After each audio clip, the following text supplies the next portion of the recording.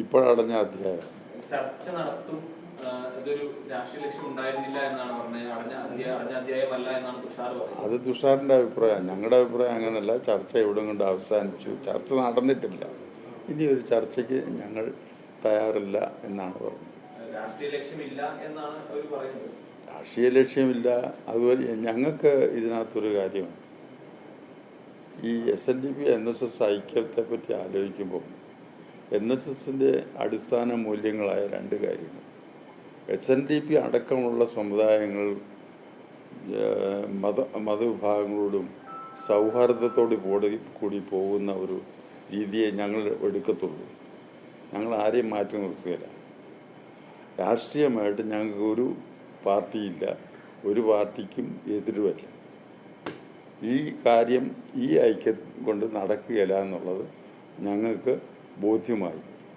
ആ ബോധ്യമായ സാഹചര്യത്തിലാണ് ഞാൻ തന്നെയാണ് അങ്ങനെ ഒരു ഇത് ഡയറക്റ്റ് ബോർഡിൽ പറഞ്ഞത്. ഡയറക്റ്റ് ബോർഡിൽ 27 അംഗങ്ങളുണ്ടായിരുന്നു. അല്ല, 27 അംഗങ്ങൾ ആകെ ഉള്ളത്. അതിൽ 26 പേരും ഹാജരായിരുന്നു. ആ 26 പേരും ഒരേ മനസ്സോടെ നമ്മളുടെ ഈ അഭിപ്രായത്തോട് യോജിക്കുകയും അത് അംഗീകരിക്കുകയാണ് ചെയ്തത്.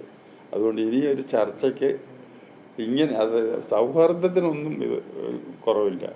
SNDPയുമായിട്ടും നല്ല സൗഹാർദ്ദത്തിൽ പോവും, വ്യക്തിപരമായിട്ടും അവരുമായിട്ടൊക്കെ സഹകരിച്ചു പോകും. പക്ഷെങ്കിൽ ഐക്യം എന്നുള്ള ഒരു കാര്യം അടഞ്ഞ അധ്യായമാണ്.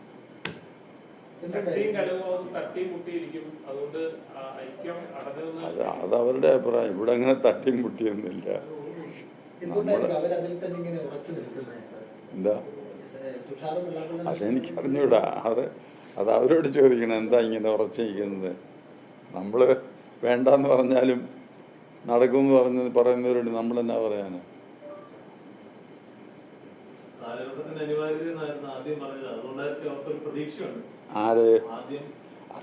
ആര് ഞങ്ങൾ പറഞ്ഞു ആണല്ലോ, കാലഘട്ടത്തിന് അനിവാര്യമായിരുന്നു. പിന്നെ ചില സാഹചര്യങ്ങൾ അതിൻ്റെ മുന്നോട്ടുള്ള നീക്കങ്ങൾ കണ്ടപ്പോൾ ഞങ്ങളുടെ ഈ 2 പോളിസി നടപ്പാകുകയില്ല എന്നുള്ളത് ഞങ്ങൾക്ക് പൂർണ്ണമായി ബോധ്യം വന്നു. അപ്പോൾ അത് അവിടെ അവസാനിപ്പിച്ചു.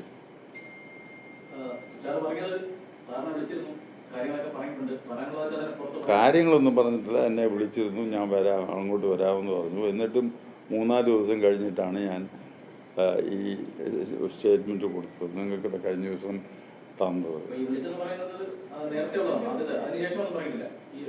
ഒറ്റ പ്രാവശ്യം വിളിച്ചോളൂ, ഞാൻ അങ്ങോട്ട് വരാം എന്നാ പറഞ്ഞത്. അല്ലാതെ ചർച്ച ചെയ്യുന്ന കാര്യത്തെ പറ്റിയോ ഒന്നും പറഞ്ഞില്ല. ഈ ഐക്യത്തെ പറ്റി പോലും ഒന്നും പറഞ്ഞില്ല. ഞാൻ അങ്ങോട്ട് വരാം എന്നാ പറഞ്ഞത്.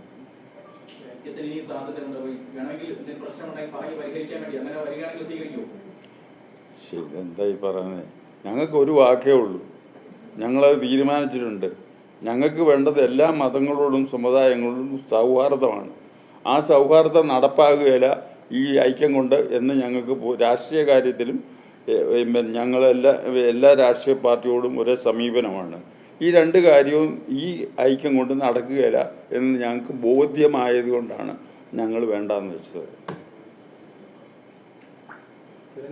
അല്ലാതെ ആരോടുള്ള വിരോധം കൊണ്ടൊന്നുമല്ല. അതേ സമയത്ത് SNDPയുമായിട്ടും നല്ല ഐക്യമല്ല, സൗഹാർദ്ദത്തിൽ പോകും.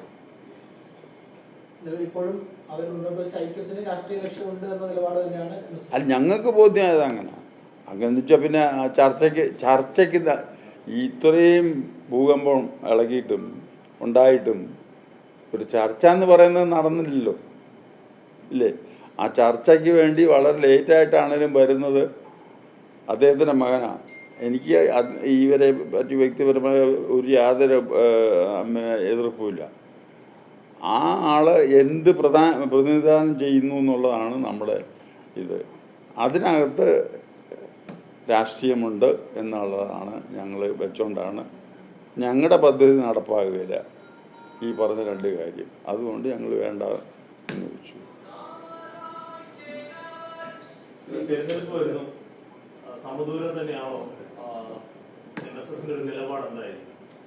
ഞാനതിന് മറുപടി പറയുന്നില്ല. നിങ്ങൾ ഇപ്പം ചോദിച്ചത് ഞാൻ പറഞ്ഞത് എന്താന്ന്